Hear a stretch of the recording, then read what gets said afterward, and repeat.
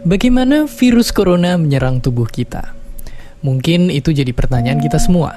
Kita udah tahu gimana virus corona udah menginfeksi 1 juta orang di seluruh dunia sampai saat ini. Tapi yang mungkin belum banyak kita tahu, sebenarnya gimana sih virus ini nyerang tubuh kita? Mengapa infeksi virus ini bisa mematikan? Semua dimulai dari sini. Ketika virus corona masuk ke tubuh kita lewat percikan batuk atau bersin orang yang positif, baik secara langsung atau waktu kita nyentuh benda yang udah terkena percikannya dan gak cuci tangan setelahnya. Kalau udah gitu, si virus masuk lewat saluran pernapasan dan bergerak terus menuju sasaran utamanya, paru-paru. Disinilah virus yang punya 3 bagian utama ini mulai bekerja. Pertama-tama, paku protein corona ini akan nempel di paru-paru dan organ-organ lain yang selnya kaya akan protein ini, protein ACE2. Kalau tubuh kita ibarat rumah dan virus corona itu perampok, ACE2 itu ibarat gagang pintu rumah kita.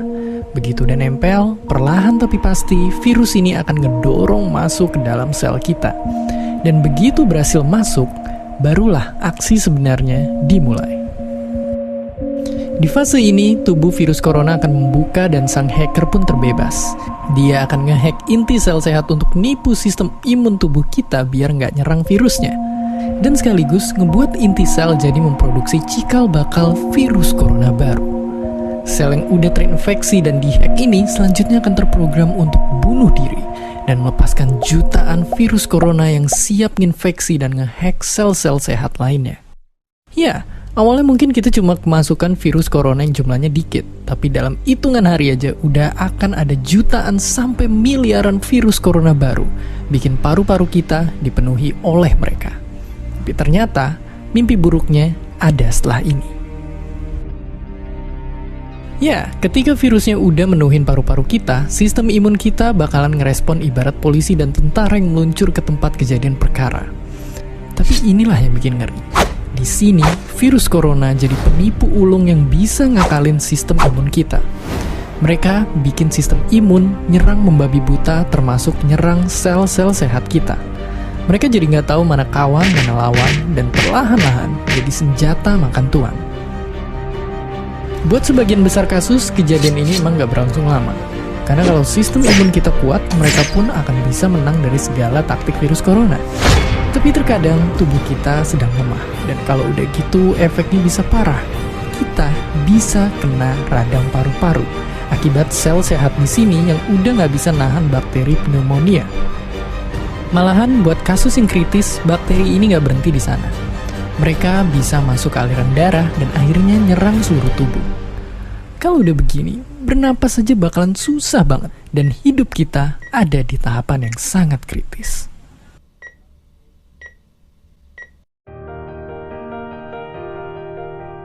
Ya, mungkin dengan fakta-fakta barusan bikin kita takut dan khawatir. Tapi ingat, kita pun punya cara buat memperkuat daya tahan tubuh kita. Makan makanan bergizi. Ya, bukan lagi sekedar 4 sehat 5 sempurna, tapi ikutilah pedoman gizi seimbang yang bisa ningkatin imun tubuh kita. Virus corona bisa parah kalau kita emang sakit. Tapi kalau tubuh kita sehat, kita punya harapan untuk bertahan. Dan seperti biasa, terima kasih.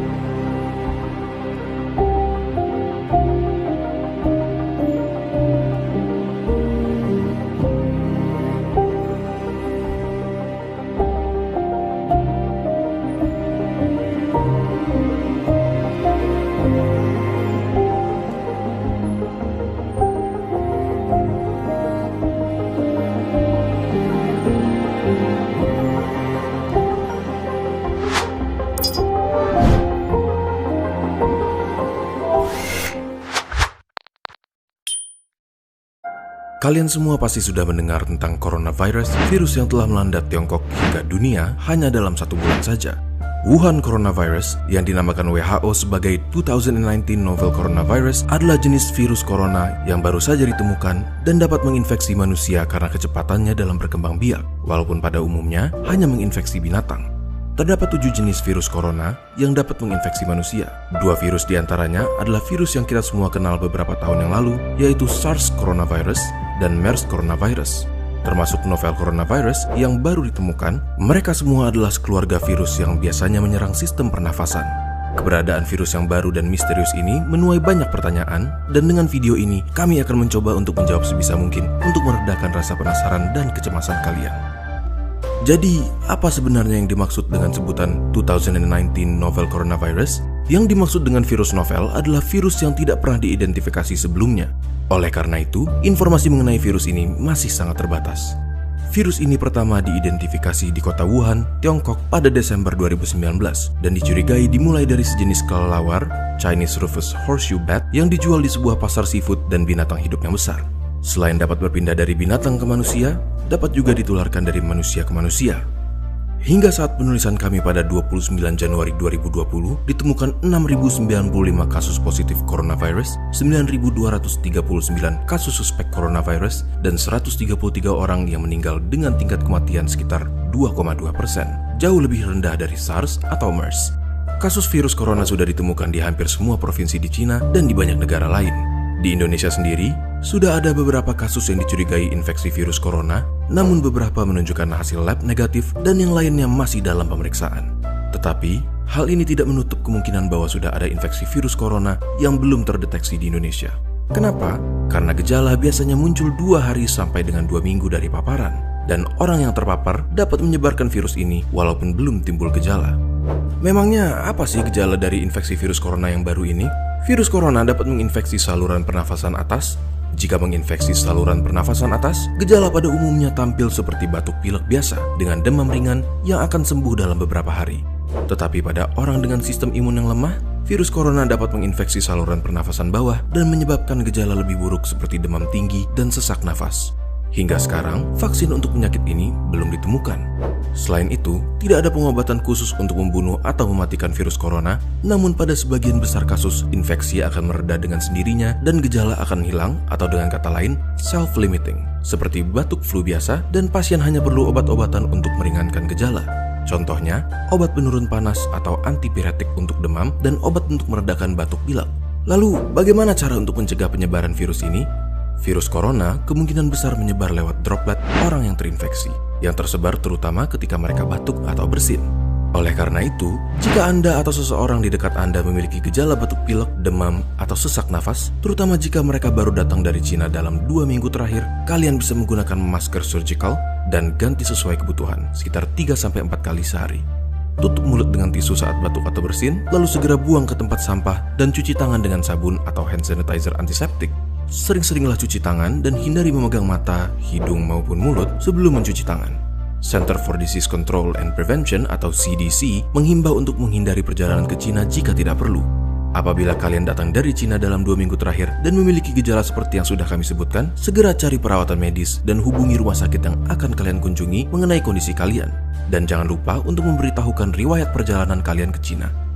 Jangan lupa untuk bagikan video ini kepada mereka yang kalian sayangi supaya mereka juga tahu bagaimana cara menjaga diri dari virus corona.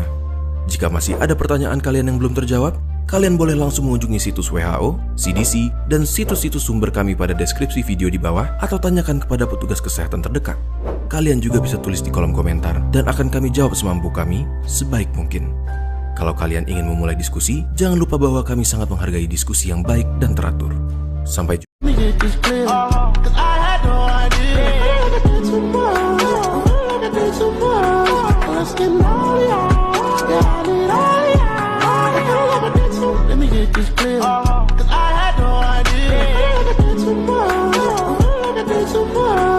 Let's get money on.